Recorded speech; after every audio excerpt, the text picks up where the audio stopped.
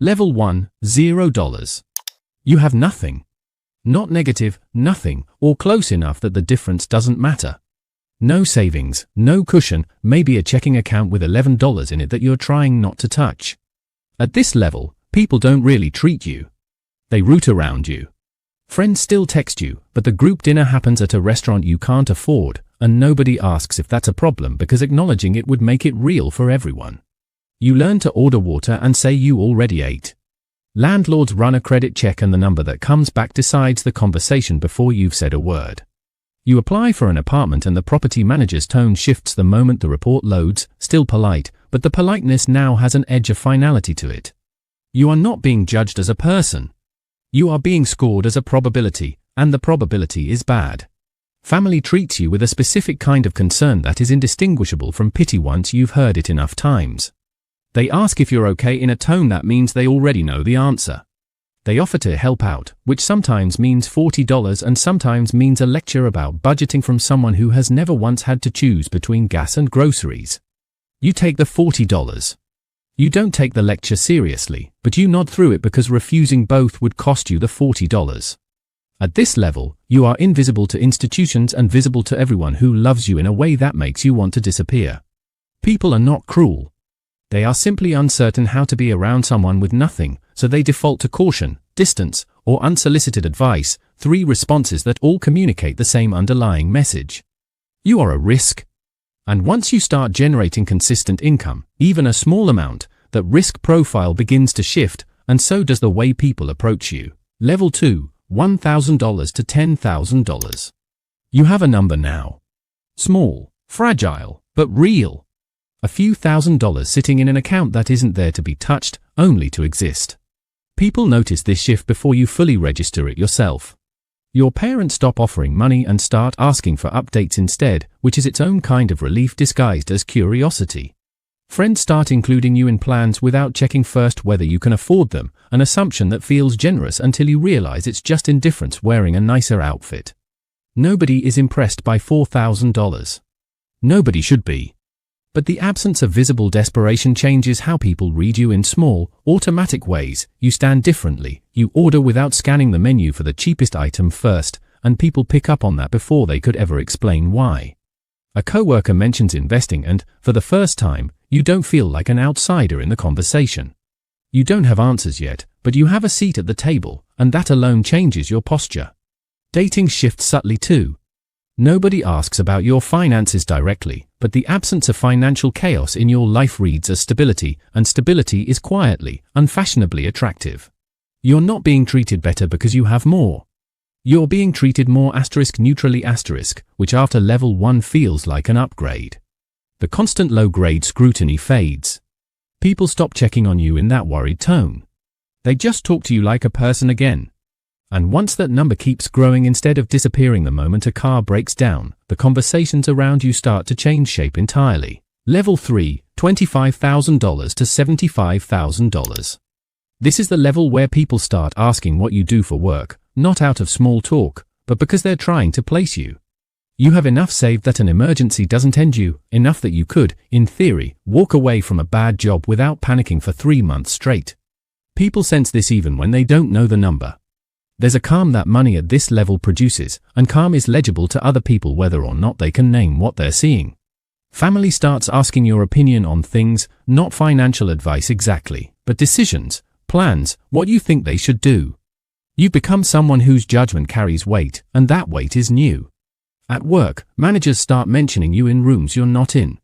Not because you're rich, you're nowhere close, but because financial stability reads as reliability, and reliability gets people promoted before raw talent does.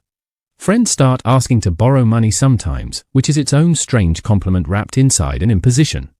You say yes occasionally and no occasionally, and either way, you notice that you're now in a position to be asked at all. That's new.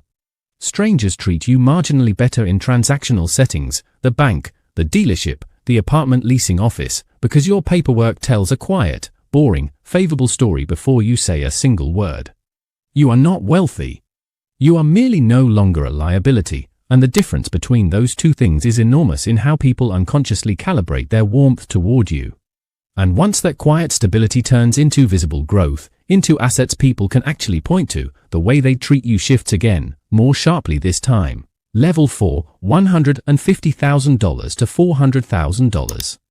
Now there's something to see: savings, maybe a retirement account compounding in the background, maybe a home with real equity in it. People start treating you like someone with something to protect, which means they start being more careful around you. Friends hesitate slightly before asking for money because now it's not a small favor, it might actually mean something to you, and they don't want to test that. Family conversations shift toward inheritance, estate planning, who's going to handle what when something eventually happens to someone older. You're being quietly inserted into long-term plans you didn't ask to be part of.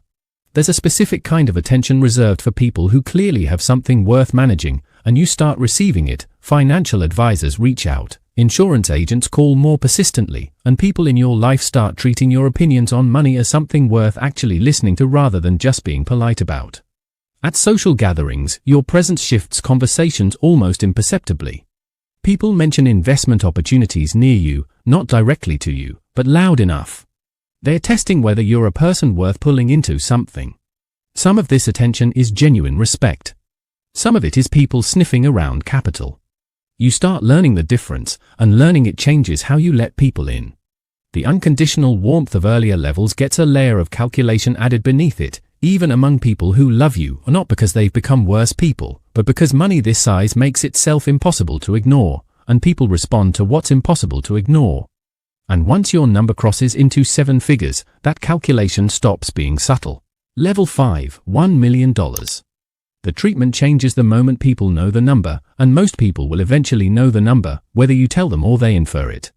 Acquaintances become warmer in a way that feels slightly performative, even when it isn't. You start noticing who asks about you and who asks about your money disguised as asking about you. The questions about what you're doing with it, where you're investing, what your plans are arrive more often than questions about how you're actually doing. Old friends resurface. Some genuinely missed you. Some heard a number through the grapevine and decided now was a good time to reconnect, and you can't always tell which is its own quiet cost of crossing this threshold. Financial institutions treat you like a person worth retaining instead of a person worth processing. Calls get returned faster, fees get waived. Someone with real authority handles your problems instead of a script reader. At family gatherings, you're consulted on major decisions in a way you weren't before, partly out of respect, partly because everyone has quietly recalculated who might eventually help whom. Strangers in professional settings shift their language slightly, less explaining, more deferring, an assumption that you already understand things you may not. You are not powerful at this level. You are simply, for the first time, someone other people factor into their own financial thinking, even peripherally. The warmth you receive now carries a slight undertone you didn't have to manage before, the awareness that some of it is about you, and some of it is about what you represent. And once your number moves from one comma to something that supports an entirely different lifestyle, that undertone stops being subtle and becomes the entire interaction. Level 6, $5 million to $20 million. People don't treat you like a peer anymore in most rooms, they treat you like an opportunity, a resource, or occasionally a threat, depending on what they want from the interaction. Professional relationships become noticeably more attentive. Advisors, bankers, and consultants compete quietly for your business in ways that are flattering until you realize the flattery is the strategy. Friendships start requiring more conscious effort from you because the natural ease of "we're all roughly in the same place" disappears. You're not in the same place anymore, and pretending otherwise becomes its own quiet performance for everyone involved.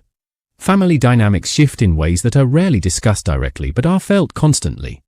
You become, whether you want to or not, a financial anchor point for people around you, the person who could help, which means you're now fielding requests dressed up as updates, casual mentions of struggles, hopeful silences after bad news. Some of this is love. Some of it is positioning. You stop being able to fully separate the two, and that uncertainty becomes a permanent texture of your relationships rather than an occasional concern. In professional and social settings, people defer to your opinions on subjects you have no actual expertise in, simply because your financial success implies competence by association, a flawed but extremely common heuristic.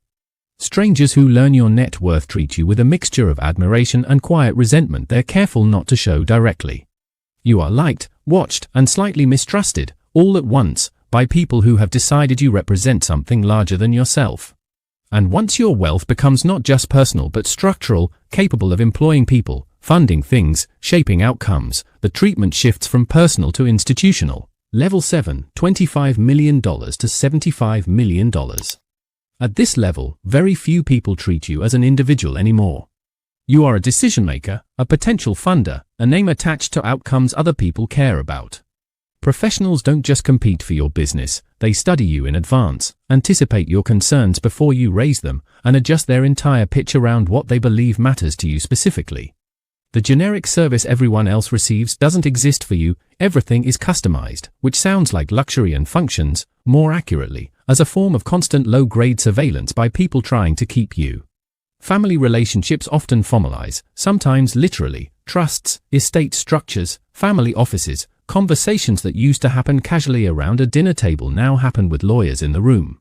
The people closest to you learn to separate what they say from what they want, because asking directly feels different when the number behind your name is public knowledge or close to it.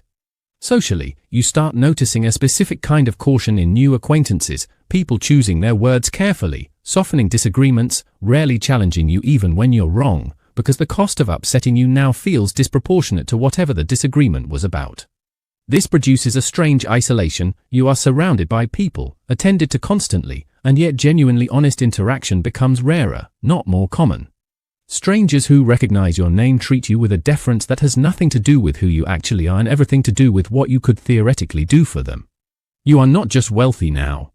You are influential by default, whether or not you ever intended to be, and people calibrate their entire approach to you around that influence rather than around you. Level 8, $100 million and beyond.